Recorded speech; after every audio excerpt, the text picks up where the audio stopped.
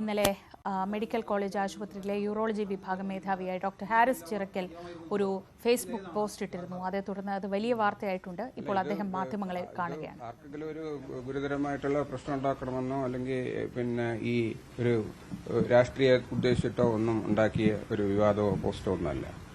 മാത്രമല്ല ഇന്ന് ഞാൻ ഇത് മീഡിയയെ അഭിമുഖീകരിക്കുന്നതും ഇതുപോലൊരു വ്യാജ പോസ്റ്റ് വല്ലതും ഇട്ടിട്ട് ഞാൻ കയറി ഒളിച്ചിരിക്കുന്നു എന്ന് ജനങ്ങൾ മനസ്സിലാക്കണ്ട എന്ന് വിചാരിച്ചിട്ടാണ്. ഞാൻ ഇട്ട കാര്യങ്ങളെല്ലാം പരമാർത്ഥമാണെന്നും അതിൽ വിശദീകരണം തരാനാണ് രാവിലെ ഞാൻ മീഡിയയെ അഭിമുഖീകരിക്കാൻ തയ്യാറാകുന്നത്.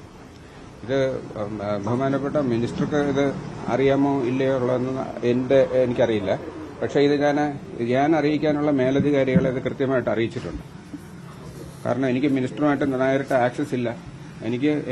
ഞാൻ റിപ്പോർട്ട് ചെയ്യേണ്ടുന്ന ആരാണോ എന്റെ പ്രിൻസിപ്പലിന്, കാരണം അദ്ദേഹത്തിന് ഇതിന് വലിയ അറിയില്ല. കാരണം അദ്ദേഹം പുതിയതായിട്ട് ജോയിൻ ചെയ്തിട്ട് ഒരു മാസം പോലും ആകുന്നില്ല.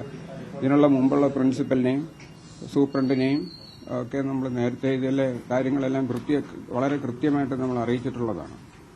അപ്പോൾ ഇവർക്ക് അറിയാതിരിക്കാൻ മാർഗമില്ല. ഇതിനെപ്പറ്റിയുള്ള ഇവിടുത്തെ സ്കേഴ്സിറ്റി പ്രശ്നങ്ങളും ഇവർക്ക് ഒരുപാട് അറിയുകയും ചെയ്യാം. പിന്നെ ഇതിനകത്ത് ഈ നമ്മുടെ റിപ്പോർട്ട് ചെയ്യുന്ന അധികാരികൾ ഇത് പലപ്പോഴും കവറപ്പ് ചെയ്യുകയാണോ എന്ന് എനിക്ക് സംശയമുണ്ട്. ഇത് മേളിലോട്ട് ഇത് അറിയിക്കാതെ അവരതിനെ വെള്ളപൂശുന്നതാണോ എന്ന് എനിക്ക് സംശയമുണ്ട്. യൂറോളജി വിഭാഗത്തിൽ മാത്രമല്ല മറ്റ് പല വിഭാഗങ്ങളിലും സമാനമായിട്ടുള്ള പ്രശ്നങ്ങൾ നിലനിൽക്കുന്നുണ്ടോ എന്നുള്ള കാര്യങ്ങൾ പുറത്തുവരുന്നുണ്ട്. ഡോക്ടറിന്റെ അറിവിൽ മറ്റേതെങ്കിലും വിഭാഗത്തിൽ എല്ലാ വിഭാഗങ്ങളിലും പ്രശ്നങ്ങളുണ്ട്. അങ്ങനെ നമുക്ക് കാടടച്ച് പറയാൻ പറ്റില്ലെങ്കിൽ എല്ലാ വിഭാഗങ്ങളിലും പ്രശ്നമുണ്ട്. കാരണം നമ്മൾ ഒരു യൂറോളജി എന്ന് പറഞ്ഞു കഴിഞ്ഞാൽ പല ഡിപ്പാർട്ട്മെന്റുമായിട്ട് നമ്മൾ ബന്ധപ്പെടുന്നതാണ്. ഇതൊരു ഒറ്റ ഫീൽഡിൽ മാത്രമല്ല ഒരു പേഷ്യന്റ് നമ്മൾ നോക്കുന്നത്. അതും പല ഡിപ്പാർട്ട്മെന്റുമായിട്ട് ബന്ധപ്പെട്ടിട്ടുള്ള. പക്ഷെ അവിടെ എന്തൊക്കെയാണ് സ്കേഴ്സിറ്റി എന്ന്, അവിടെ നടക്കുന്ന എന്തൊക്കെ പ്രശ്നങ്ങളുണ്ടോ എന്നൊന്നും എനിക്കറിയില്ല. പക്ഷേ പ്രശ്നങ്ങളുണ്ട് എന്നുള്ളത് എനിക്ക് പറയാൻ പറ്റും. അത് മാത്രമല്ല, എന്തുകൊണ്ടാണ് മറ്റു വകുപ്പ് മേധാവിമാർ ഇങ്ങനെ ദൗർലഭ്യമുണ്ട് എങ്കിൽ അത് അഡ്രസ് ചെയ്യാത്ത എന്തുകൊണ്ടാണ്? അവരാണെങ്കിൽ ഭയമാണ് ഇവരുടെ എല്ലാവരുടെയും പ്രശ്നം.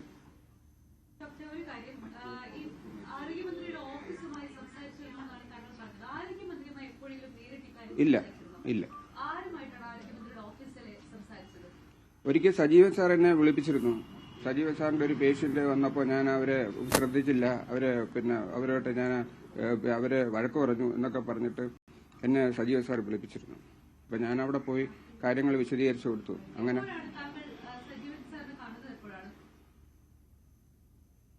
ഉദ്ദേശം എനിക്ക് തോന്നുന്നത് ഒരു വർഷമെങ്കിലും ആയി കാണുമെന്നാണ് തോന്നുന്നത്. ഞാനത് കൃത്യമായിട്ട് ഓർക്കുന്നില്ല. ഇത് ഞാൻ അറിയിച്ചിരുന്നു. അദ്ദേഹം ഈ പേഷ്യന്റിന്റെ പ്രശ്നങ്ങൾ എന്നെ ചർച്ച ചെയ്യും. അതിനകത്ത് കാര്യമായിട്ട് കഴമ്പൊന്നുമില്ല. ഞാൻ അങ്ങനെ മനഃപൂർവ്വം വഴക്ക് പറഞ്ഞൊന്നുമല്ല. ആ പേഷ്യന്റ് ഓപ്പറേഷൻ ചെയ്ത് പോവുകയും ചെയ്തു. പക്ഷെ അദ്ദേഹത്തെ കൂടുതൽ സമയം വിനിയോഗിച്ചത് ഞാൻ ഈ ഡിപ്പാർട്ട്മെന്റിന്റെ ഇത്തരം ഡെഫിഷ്യൻസീസ് അദ്ദേഹത്തിന് ബോധ്യപ്പെടുത്താനാണ് കൂടുതൽ സമയം ഞാൻ ഉപയോഗിച്ചത്. അതിനുശേഷം ഞാൻ അന്ന് തന്നെ അദ്ദേഹത്തിന്റെ നമ്പർ വാങ്ങിക്കുകയും ഇതുപോലെ വാട്സാപ്പിൽ അദ്ദേഹത്തിന് കാര്യങ്ങൾ ഞാൻ അറിയിക്കുകയൊക്കെ ചെയ്തിരുന്നു.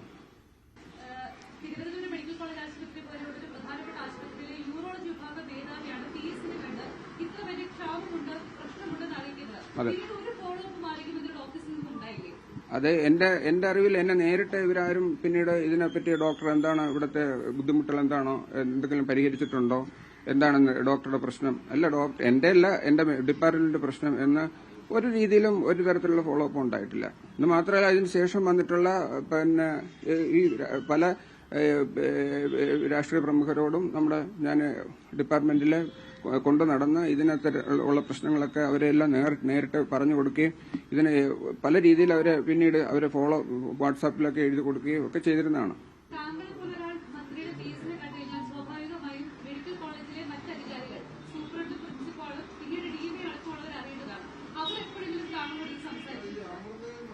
അല്ല, അതിന്റെ രസകരമായ കാര്യം, അന്ന് ഞാൻ അദ്ദേഹത്തിനെ കാണാൻ പോയപ്പോൾ എന്റെ കൂടെ പ്രിൻസിപ്പലും ഉണ്ടായിരുന്നു, ലിനറ്റ് മാഡം ഉണ്ടായിരുന്നു. ലിനറ്റ് മാഡത്തിന്റെ സാന്നിധ്യത്തിൽ, കഴിഞ്ഞ പ്രിൻസിപ്പൽ, കഴിഞ്ഞ മാഡത്തിന്റെ കൂടെ ഒപ്പമാണ് ഞാൻ ഇദ്ദേഹത്തിനെ കാണാൻ പോയതും കാര്യങ്ങൾ പറഞ്ഞതും. അന്ന് അവിടെ വെച്ച് അദ്ദേഹം സൂപ്രണ്ടിനെ വിളിച്ച് ഡോക്ടറുടെ പ്രശ്നങ്ങളൊക്കെ പരിഹരിക്കണമെന്ന് എന്റെ സാന്നിധ്യത്തിൽ അദ്ദേഹം പറഞ്ഞതാണ്. സർക്കാരിനെ മറ്റു വകുപ്പ് മേധാവികൾക്ക് ഭയമാണോ? ഇങ്ങനെ അവർ തുറന്നു പറയാതിരുന്നാൽ അതിന്റെ അത് എനിക്കറിയില്ല. ഞാനും കുറച്ചാൾ ഭയപ്പെട്ടിരിക്കായിരുന്നു. എനിക്ക് പക്ഷെ ഭയത്തിനേക്കാൾ ഉപരി എനിക്ക് രോഗികളോട് എനിക്ക് കുറച്ചും കൂടെ കടപ്പാട് എനിക്ക് തോന്നുന്നു. അവർക്ക് അവരുടെ ബുദ്ധിമുട്ട് കാണുമ്പോൾ എനിക്ക് എന്റെ ഭയം ആസ്ഥാനത്താണെന്ന് എനിക്ക് മനസ്സിലാക്കും. അതിൽ വലിയ കാര്യമില്ല. കാരണം ഇതിനകത്ത് ഒരു തീരുമാനം ഉണ്ടാവണം എന്നുള്ളതാണ് എന്റെ അഭിപ്രായം. ഈ ഡോക്ടർ ഭയപ്പെട്ട് മറ്റു വകുപ്പ് മേധാവിമാർ ഭയപ്പെട്ട് മാറിയിരിക്കുമ്പോൾ അതിന്റെ ഭവിഷ്യത്ത് അനുഭവിക്കേണ്ടി വരുന്നത് സാധാരണക്കാർ രോഗികളാണ്. തീർച്ചയായിട്ടും ഇതൊന്നുമില്ല, എല്ലാം ഓക്കെയാണ് എന്നാണ് മന്ത്രിയുടെയും മറ്റു ബന്ധപ്പെട്ട ഉദ്യോഗസ്ഥരുടെയും വാദം. അല്ല, ഇത് മന്ത്രിയെ അല്ല ഞാൻ കുറ്റം പറയുന്നത്. ഇവിടെയുള്ള നമ്മുടെ ഹോസ്പിറ്റലിന്റെ മേലധികാരികളാണ് ഇത് കുഴപ്പമില്ല എന്ന് മേളിലേക്ക് അറിയിക്കുന്നത്. അങ്ങനെയാണ് പറയാനുള്ളത്. മിനിസ്റ്റർ അറിയുന്നുണ്ടാവില്ല. രാവിലെ ഒരു RJDയുടെ ഒരു നേതാവിനെ വിളിച്ചിരുന്നു. അദ്ദേഹം പറയുന്നത് സൂപ്രണ്ടിനെ വിളിച്ചപ്പോൾ ഇവിടെ കുറെ കുഴപ്പമൊന്നുമില്ല, എല്ലാ കാര്യങ്ങളും കൃത്യമായിട്ട് നടക്കുന്നുണ്ട്, ഡോക്ടർ പറയുന്നത് വെറുതെയാണ്, ഓപ്പറേഷൻ മാറ്റിവെച്ചിട്ടില്ല, ഇത്ര ദിവസം ഓപ്പറേഷൻ നടക്കുന്നുണ്ടല്ലോ, വേറെ ഡിപ്പാർട്ട്മെന്റിലും കുഴപ്പമില്ലല്ലോ എന്നൊക്കെയാണ് സൂപ്രണ്ട് പറയുന്നത്. അപ്പൊ സൂപ്രണ്ട് ഒരുപക്ഷെ മേലധികാരികളെ അറിയിക്കുന്നുണ്ടാവില്ല, മിനിസ്റ്റർക്ക് അറിയുന്നുണ്ടാവില്ല. ഇതിനെപ്പറ്റി മിനിസ്റ്റർക്കോ ഭരണത്തിലുള്ളവർക്കോ ഇതിനെപ്പറ്റി ഇവിടെ നടക്കുന്ന പ്രശ്നങ്ങളെപ്പറ്റി അറിവുണ്ടാവില്ല. കാരണം ഇത് ഇവിടെ വെച്ച് ഇത് കവറപ്പ് ചെയ്ത് പോകുമെന്നാണ് എനിക്ക് തോന്നുന്നത്. അല്ല, അദ്ദേഹം അന്ന് എന്റെ സാന്നിധ്യത്തിൽ വെച്ച് തന്നെ സൂപ്രണ്ടിനെ വിളിച്ചു, സുനിലിനെ വിളിച്ച് കാര്യങ്ങൾ സംസാരിച്ചത് ഞാൻ കേട്ടോണ്ടിരിക്കുകയാണ്. അപ്പൊ അദ്ദേഹം ഒരുപക്ഷെ വിചാരിച്ചു കാണും, അത് പരിഹരിച്ചു കാണും എന്ന് വിചാരിച്ചു കാണും. അവർക്ക് ഒരുപാട് ആശുപത്രികൾ നോക്കണമല്ലോ.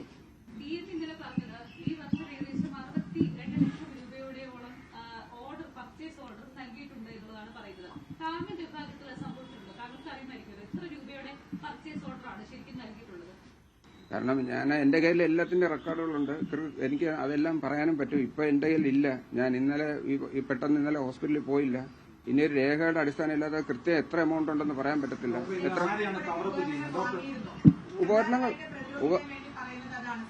ഉപകരണങ്ങൾ വാങ്ങിയിരുന്നു. ഉപകരണങ്ങൾ വാങ്ങി എന്ന് പറഞ്ഞാൽ മാത്രം പോരല്ലോ. ഇപ്പൊ ഒരു കാറ് വാങ്ങി എന്ന് പറഞ്ഞാൽ കാറ് വാങ്ങിച്ചിട്ട് അതിന്റെ ടയർ മാറ്റണം, അതിന്റെ റിപ്പയറിംഗ് ചെയ്യണം, അതിനകത്ത് ആവശ്യമുള്ള പെട്രോൾ അടിക്കണം, അങ്ങനെ ഒരുപാട് സാധനങ്ങളില്ല. ഇല്ലെങ്കിൽ കാർ ഓടും എന്ന് പറഞ്ഞതുപോലെയാണ്. ഉപകരണങ്ങൾ വാങ്ങും, ഉപകരണങ്ങളുടെ ആക്സസറീസ് ആണ് ക്ഷാമം. ഉപകരണങ്ങൾ വാങ്ങുമ്പോൾ ഉപകരണങ്ങൾ ഇല്ലെങ്കിൽ, മൊത്തം ഉപകരണം ഇല്ലെങ്കിൽ നമുക്ക് വേറെ സബ്സ്റ്റിറ്റ്യൂട്ട് ചെയ്യാം. ഒരു ഉപകരണം വെച്ചിട്ട് അത് ഉപയോഗിക്കാൻ പറ്റുന്നില്ല എന്നുണ്ടെങ്കിൽ എന്താണ് അതിനുള്ള പ്രയോജനം?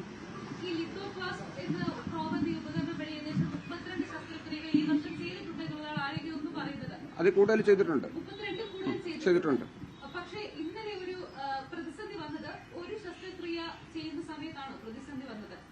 ഇത് ഒരു ശസ്ത്രക്രിയ ചെയ്ത സമയത്താണ്. ഇതിനകത്ത് ഇത് കുറച്ച് കേസുകൾ ചെയ്തു കഴിയുമ്പോൾ ഇതിന്റെ പ്രോവ് പൊട്ടും. ആ പൊട്ടുന്ന സമയത്ത് പ്രോവ് മാറ്റണം. അത് നമ്മൾ നേരത്തെ ഇത് വളരെ മുൻകൂട്ടി ഇവർക്ക് HDSനെ നമ്മൾ അറിയിച്ചിട്ടുള്ളതാണ്, ഇത് വാങ്ങിച്ചു തരണമെന്ന് പറഞ്ഞിട്ട്. അപ്പൊ ഇത് വാങ്ങിച്ചു ഏപ്രിലല്ല, മാർച്ച് 3-ാം മാസം. ഇത് മാത്രമല്ല, ഇതിനെപ്പറ്റി ഇവരെ കത്ത് കൊടുക്കുക മാത്രമല്ല, ഇതിനെപ്പറ്റി സ്ഥിരമായിട്ട് ഇവരെ അറിയിക്കുകയും ഇവരുടെ ഓരോ ദിവസവും ഇവരുടെ ബന്ധപ്പെട്ട ഓഫീസുകളിലേക്ക് ആളിനെ വിട്ടു പറയിക്കുകയും ഇത് പ്രോബ് തീരാറായി, പ്രോബ് പൊട്ടിപ്പോയി കഴിഞ്ഞാൽ പേഷ്യന്റ് ശസ്ത്രക്രിയ മുടങ്ങും എന്നൊക്കെ വളരെ മുൻകൂട്ടി നമ്മൾ പറഞ്ഞിട്ടുള്ളതാണ്. ഈ പ്രശ്നം ഇതിനു മുമ്പ് സംഭവിച്ചിട്ടുമുണ്ട് ഇതുപോലെ തന്നെ. ഒരുപാട് പേഷ്യൻസ് വെയിറ്റ് ചെയ്യുന്നുണ്ട്. എന്റെ ഇപ്പോഴത്തെ വെയിറ്റിംഗ് ലിസ്റ്റ് എനിക്ക് തോന്നുന്നു ഓഗസ്റ്റ് ലാസ്റ്റ് വരെ പേഷ്യൻസ് വെയിറ്റിംഗ് ഉണ്ട്.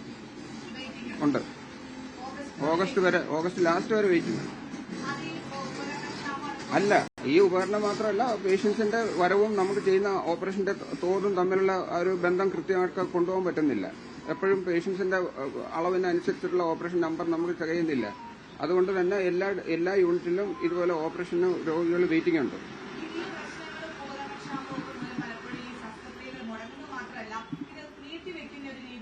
ഇതിപ്പോ മുടങ്ങാത്തതിന്റെ ഒരു രഹസ്യം അത് ഇന്നലെ ഞാൻ പറഞ്ഞിരുന്നു. ഇത് പല ഉപകരണങ്ങളും പേഷ്യൻസ് തന്നെ വാങ്ങിച്ചു തരികയാണ്. ഇപ്പോ രോഗികൾ തന്നെ വാങ്ങിച്ചു തരികയാണ്.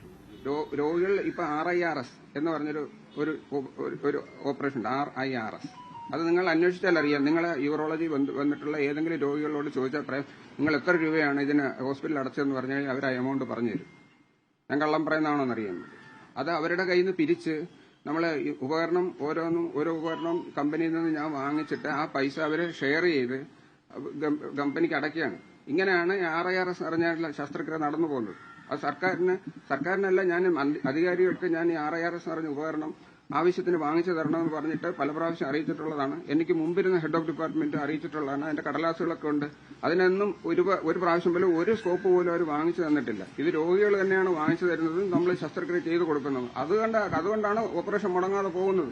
അത് മാത്രമല്ല, അത് ഈ ഉപകരണം മാത്രമല്ല, പല ഈ ആക്സസറീസും നമ്മൾ വാങ്ങിച്ചത് പേഷ്യൻസ് വാങ്ങിച്ചു തരികയാണ്. പിന്നെ മാത്രമല്ല, നമ്മൾ മെഡിക്കൽ കമ്പനിക്കാരെ കൊണ്ടും അല്ലാതെയും ഒക്കെ പലരെ കൊണ്ടും ഔദാര്യം, ഇപ്പം UST ഗ്ലോബൽ എന്ന് പറഞ്ഞ സംഘടന, അങ്ങനെ ഒക്കെ ഓരോ അവരുടെ കയ്യിൽ നിന്നൊക്കെ നമ്മളിങ്ങനെ അപേക്ഷിച്ച് നമ്മൾ റിക്വസ്റ്റ് ചെയ്തും എരന്നും ഒക്കെയാണ് ഉപകരണങ്ങൾ വാങ്ങിച്ചു വെച്ചിട്ട് നമ്മൾ ഇത് പലപ്പോഴും ചെയ്ത് തീർക്കുന്നത്. അതുകൊണ്ട് ശസ്ത്രക്രിയ മുടങ്ങുന്നില്ല എന്ന് പറയുന്നത് ഇതൊക്കെ കാരണങ്ങളാണ്. ഇങ്ങനെയൊക്കെയാണ്. നമുക്കറിയാം ഇത് വലിയ വിവാദമായി. അപ്പോഴും ആരൊക്കെയോ ആരെയാണ് കവറപ്പ് ചെയ്യുന്നത്? അത് നിങ്ങൾക്ക് തന്നെ ഊഹിക്കാമല്ലോ. ഡോക്ടർക്ക് എന്താണ് തോന്നുന്നത്? അതെ, ഇത് ഇപ്പൊ ആരെയായിരിക്കും കവറപ്പ് ചെയ്യേണ്ടത്? അവർക്ക് ആരെയാണ് കവറപ്പ് ചെയ്യേണ്ടത് ആവശ്യം?